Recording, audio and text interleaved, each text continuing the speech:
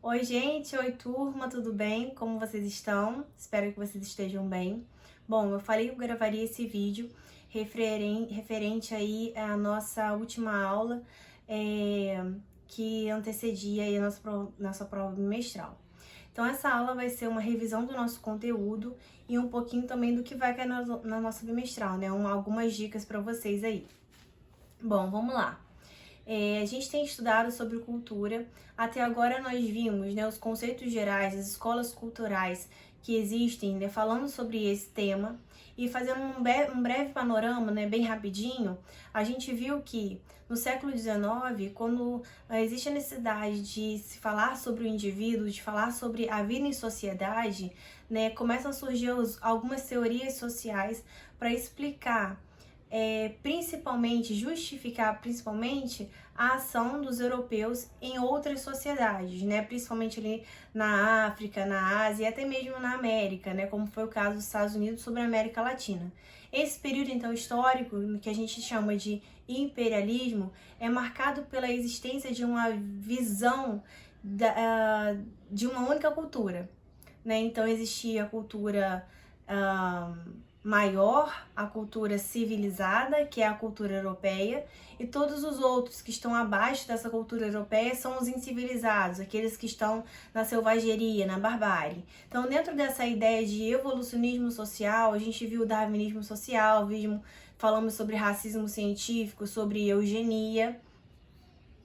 E começamos a ver que a partir de Franz Boas, né, no final do século XIX para início do século XX, a gente começa a surgir uma nova visão do que é cultura, né? Cultura são hábitos, costumes de um povo e não existe uma única cultura, né? Uma cultura universal, uma cultura que é civilizada e que todos os outros que não alcançaram ainda a civilização, são incivilizados. Não, existem várias culturas, né? E aí o Franz Boas fala de um conceito muito importante, que é o conceito do relativismo cultural. Considerando esse universalismo, né, essa diversidade cultural existente no mundo. Aí falamos também sobre os funcionalistas, que pregam ali a necessidade do método etnográfico, né, de você viver dentro daquela cultura para poder conseguir explicá-la melhor. Falamos sobre culturalismo, funcionalismo, estruturalismo do Lévi-Strauss, né? Falamos sobre as perspectivas universalistas, multiculturalistas, enfim, toda essa ideia do que é todo esse conjunto do que é cultura. Agora a gente parte por um ponto mais específico e mais atual, que é quando a gente fala sobre indústria cultural.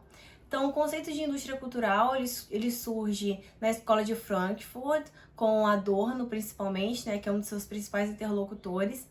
E ele surge com a necessidade de explicar toda a gama de informação que surge ali na sociedade capitalista. Segundo Adorno, na sociedade capitalista, a sociedade capitalista ela produz mercadoria e mercadoria cultural para que a gente consuma como se fosse realmente uma mercadoria. E nesse sentido, a gente consuma sem a ideia de criar uma consciência crítica sobre o que a gente está consumindo, né? A única lógica existente seria uma lógica de mercado, de consumo, de valor, de ganho financeiro em relação à produção cultural. Quando a gente fala de cultura, então, a gente pode dividir essa cultura em cultura popular e cultura de massa. Cultura popular são as manifestações do povo. Então, cultura popular é o folclore, é o carnaval, são as crenças de um povo, são os costumes, por exemplo, folia de reis, quadrilha, bumba meu boi.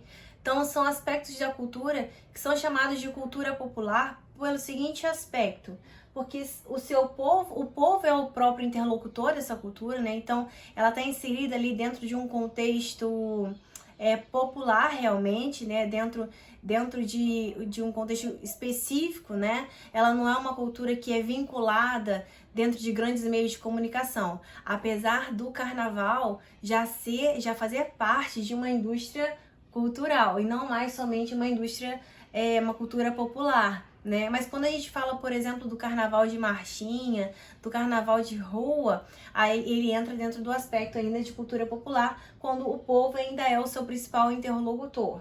É feita de maneira regional e surge a partir das tradições. Então essa é a cultura popular. Então daí vem também quando a gente fala de música popular brasileira, né, MPB, que é a música feita ali pelo povo, pelos costumes da época, pelo jeitinho de se viver na época.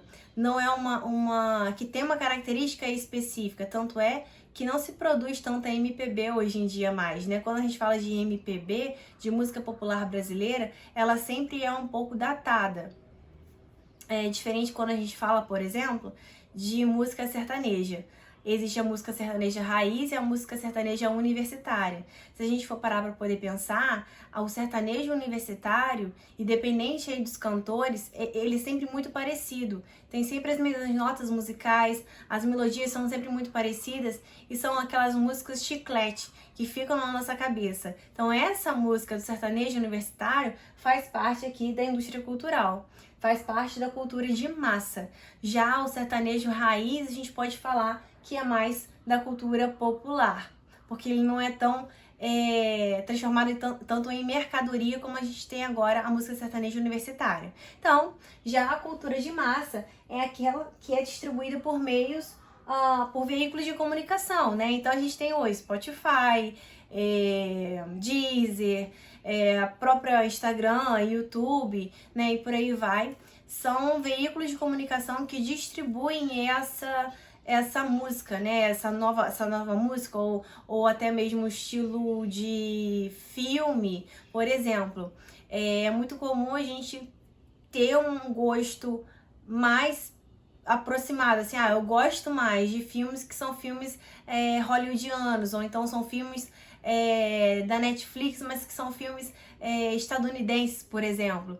A gente não tem muita prática de assistir filmes indianos, filmes franceses, e espanhóis, por aí vai. Embora a Netflix já venha aproximando um pouco essa outra parte, né, da indústria que existe de filmes, mas mesmo assim a gente tem uma preferência por aquele filme hollywoodiano, que existe um mocinho, existe um vilão e que no final o mocinho sempre vence, né? É o caso ali, por exemplo, dos filmes da Marvel, né? Então vocês podem perceber que todos esses filmes, os filmes baseados, por exemplo, nos livros do Nicholas Sparks, são sempre filmes que contam uma história triste, mas que no final aquele romance dá certo, né? Então tem toda essa trama. Normalmente, quando a gente assiste filmes desse tipo, a gente sabe mais ou menos o que vai acontecer no final, né? Por que isso acontece? Porque são filmes que fazem parte dessa cultura de massa, estão dentro dessa gama de indústria cultural.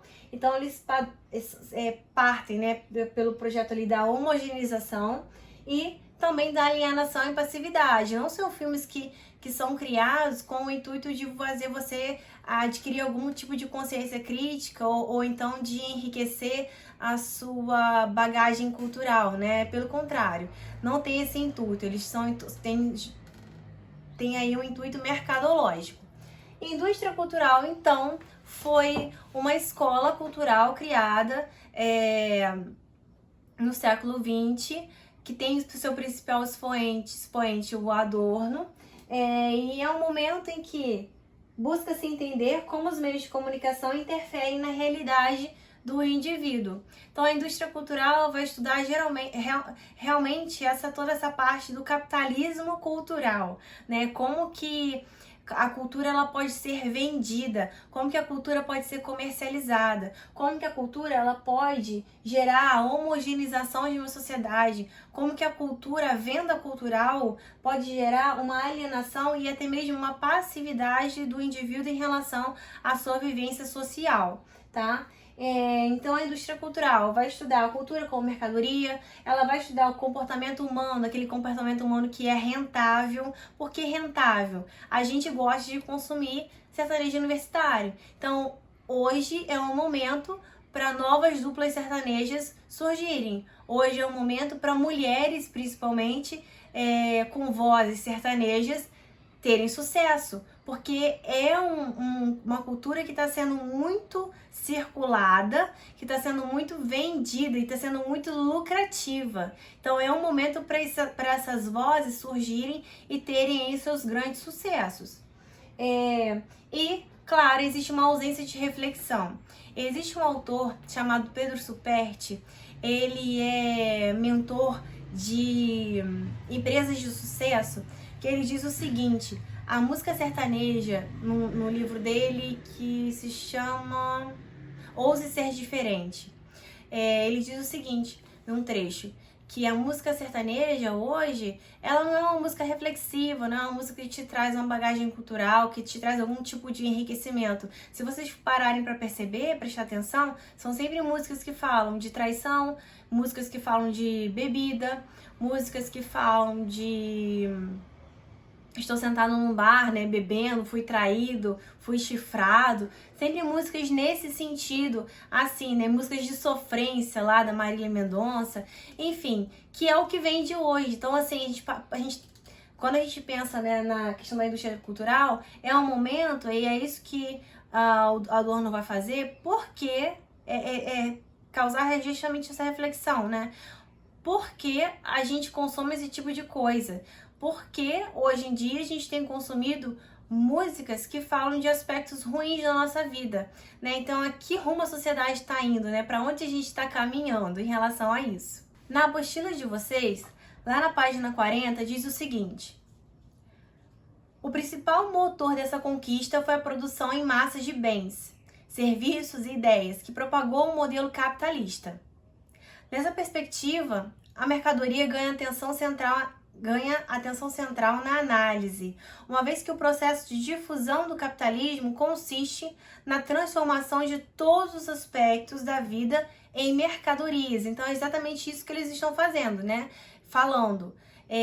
A indústria cultural, ela é o capitalismo transformando todos os aspectos de nossa vida em coisas que são rentáveis, que se tornam mercadorias, visando o lucro acima de qualquer coisa.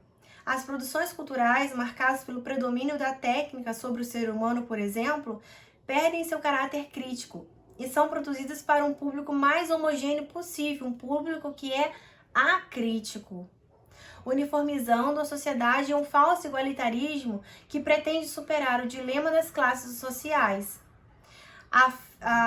Enquanto Adorno e Horkheimer denomina esse processo, então, de mercantilização das produções culturais, ou seja, de indústria cultural. E aí, lá na página 41, lá em cima, eles completam com o seguinte: essa indústria cultural, que não apenas produz mercadoria, mas também cria necessidade de adquiri-las, acaba gerando um fenômeno chamado consumismo, um tipo de consumo que é marcado pela impulsividade, pela emoção, pelo desejo, pela satisfação imediata e um certo grau de imaginação. E aí um exemplo que eu tenho para trazer disso para vocês é quando o filme da Barbie estava para ser lançado. Todo mundo só falava em filme da Barbie, na verdade o filme nem é tão bom assim, não sei se vocês já assistiram. Eu nem consegui assistir o filme todo porque eu não gostei. Eu imaginava, por toda a propaganda, né, por toda a indústria cultural trabalhando em torno desse filme, narrar uma coisa, eu imaginava o filme de um jeito e, na verdade, ele não supriu as minhas expectativas. Mas o que eu quero dizer com isso, né? Nesse ambiente de lançamento do filme Barbie, todo mundo só falava em Barbie, todo mundo fazia propaganda com coisas rosa, então as vitrines das lojas eram rosa, as propagandas no Instagram e YouTube tinham aspectos cor-de-rosa, porque era isso que as pessoas estavam consumindo nesse momento, né? Então isso faz parte da indústria cultural, né? Você vender o que está sendo consumido no momento, totalmente de um padrão totalmente homogeneizado e acrítico. E aí eu trouxe para vocês, de forma simplificada, alguns aspectos, algumas características da indústria cultural. Então, a indústria cultural ela é formada por grandes indústrias que produzem instrumentos culturais. Principais características: intencionalidade. Então, sempre vai existir uma intencionalidade naquele tipo de produção, né? Seja aí para ter ganho financeiro, por exemplo. sempre vai existir uma padronização do conteúdo trabalhado. Estão aí, né? Os filmes de Hollywood, estão aí as músicas sertanejas universitárias. Existe uma padronização nisso.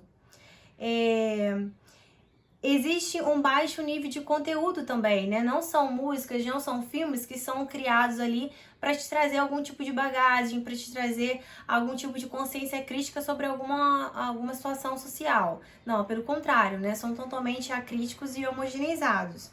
É uma indústria que trabalha para o lazer, para o consumo, e é uma indústria que faz a banalização da barbárie. E aí isso é muito interessante, porque o que é banalização da barbárie? Tratar situações trágicas como lucrativas, como mercadoria. Por exemplo, tivemos há pouco tempo agora as tragédias no Rio Grande do Sul, né? Então são pessoas que ainda estão vivendo toda essa tragédia. A indústria cultural, toda a questão ali de jornalismo, não só por uma questão de notícia realmente, de informação, ela trabalha em cima da banalização, da intensificação daquela situação para vender o seu conteúdo. Um exemplo disso é aquele programa do Datena, que só fica falando de coisa trágica o tempo todo, porque são coisas que chamam a atenção do indivíduo. Então você vende as tragédias, transforma a realidade humana, a tragédia humana em uma mercadoria, em uma forma de consumo. Certo, gente? É isso que eu trouxe para vocês então sobre indústria cultural, sobre cultura popular, cultura de massa. Espero que tenha ficado mais claro. Bons estudos para vocês. Beijos!